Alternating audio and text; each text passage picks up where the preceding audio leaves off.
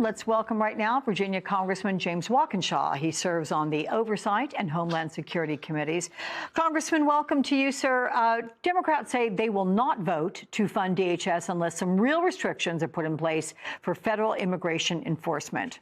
Are there red lines that you won't cross when it comes to ICE accountability? Is there any bipartisan solution for DHS funding that could get your support? Well, look, I think all of those reforms are important. The key ones for me, no masking, or at least severely limiting the masking. Officers need to identify themselves just like our state and local police do. And another one that's key for me is the judicial warrants. I just don't believe, and I think anyone who describes themselves as a small government conservative, as many of my Republican colleagues do, I don't think you can accept the federal government smashing down the door of your home while your wife and children are sleeping without a warrant signed by a judge. I just don't think the government should have the power to do that. Those are some of the elements that are key from my perspective. You know, Congressman, I just have to ask, do you ever get a logical answer from anyone who supports keeping the face masks on for how they distinguish between what our local and state law enforcement officers don't wear masks, in other words, with what they're doing? Why is it that they say they will get doxxed? Could it be that what they're doing is rather heinous? Well, look, I think anyone who's engaged in doxing or threatening or engaging in violence against law enforcement or anyone else should be prosecuted, period. But law enforcement in this country have taken on, arrested, prosecuted the most dangerous criminals in criminal gangs in the planet not wearing masks. I watched the federal law enforcement who escorted Nicolas Maduro into the courthouse and into detention, federal detention. They weren't wearing masks. This guy supposedly is a leader of a transnational crime syndicate who's very dangerous. Those officers weren't wearing masks. There's no justification for ICE agents and CBP agents engaged in enforcement of civil immigration law to wear masks. I tell you, it just defies logic. I keep on wanting to get an answer for someone. It's also really dangerous. I mean, it's dangerous for everybody, including those officers.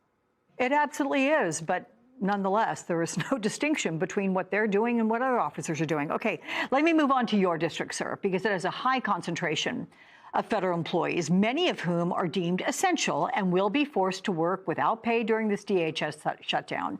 What is your message to them? What do you say to workers who see themselves as, I don't know, collateral damage in a political standoff that may not actually curb ICE or CBP's operations? Yeah, look, I represent 50 to 60,000 federal workers, and the first thing I do is listen to them. And what I listened and heard during the last shutdown and here now is frustration from them that, look, they've endured assault after assault after assault throughout this Trump administration. The administration has been shutting down federal agencies for this entire term. Right now, as we speak, before this latest technical shutdown began, the Trump administration was systematically shutting down FEMA.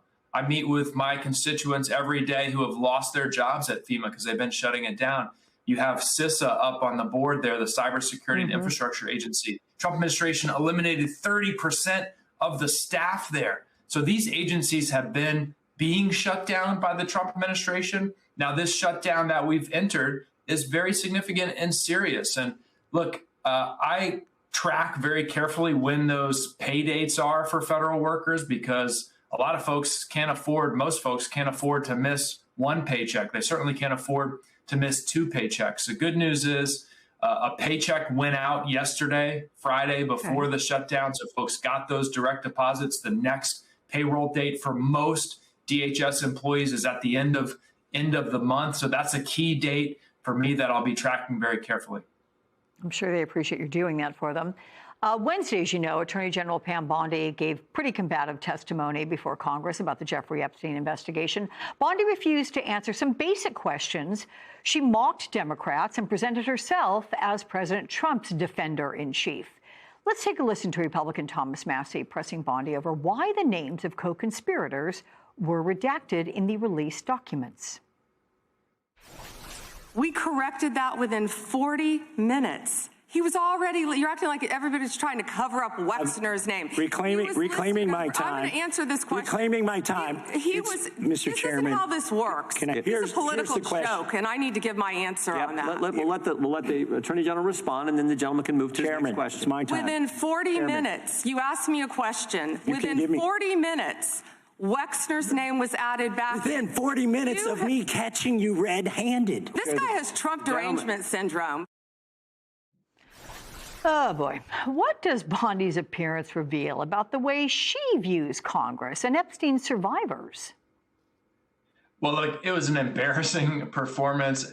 It was obvious that she had an audience of one there. There's been ample reporting that, Trump has been frustrated with her inability to articulate his message and his agenda. And she was desperately trying to impress him throughout that hearing. It was sad and embarrassing to watch, but enormously frustrating for the survivors of Epstein's crimes who are there in the audience. You can see some perhaps on the screen there who wanted to get real answers from her about why she's failed to follow the law in releasing the files, why she redacted things that shouldn't have been redacted according to the law, and why she also allowed many of them, survivors, allowed their information to be revealed. So she redacted the wrong things and revealed the wrong things in the files. Very frustrating and outraging for them. Can I ask, since you reviewed Epstein documents this week, what did you find most disturbing in the documents that you saw? In the documents I reviewed, and it's important to note, there are hundreds of thousands of redactions, and I was there for about 90 minutes. I found a lot of redactions that were not consistent with the law. Names, email addresses redacted that were not victims or survivors, clearly.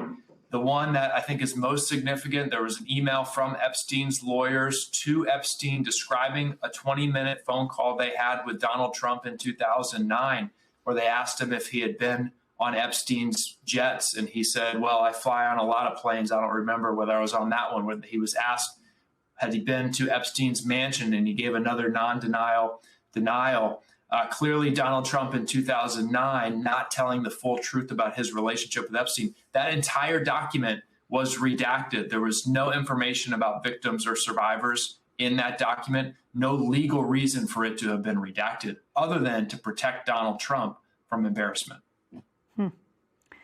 So there's a new Wall Street Journal report which paints a pretty damning picture of DHS under the leadership of Kristi Noem and her top advisor, Corey Lewandowski. And it describes a department driven by optics, loyalty tests, and retaliation against career officials, right down to some staged raids and politically driven firings.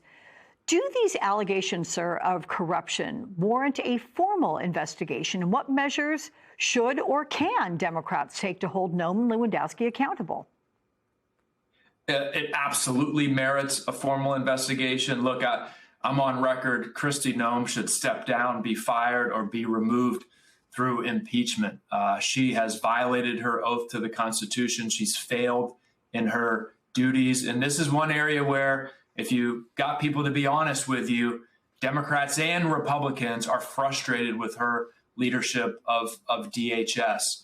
Democrats on the Homeland Security Committee, where I serve, have started an investigation. We have written her asking for detailed answers to questions about allegations of corruption, including the $220 million of taxpayer money she used for an advertising campaign to promote herself, much of which was funneled secretly to her political and personal allies. We're asking tough questions about that. We need Republicans to join us and start doing the right thing here. She's bad for the country. She's bad for the Department of Homeland Security. Virginia Congressman James Walkinshaw, thank you so much, sir. Appreciate your time.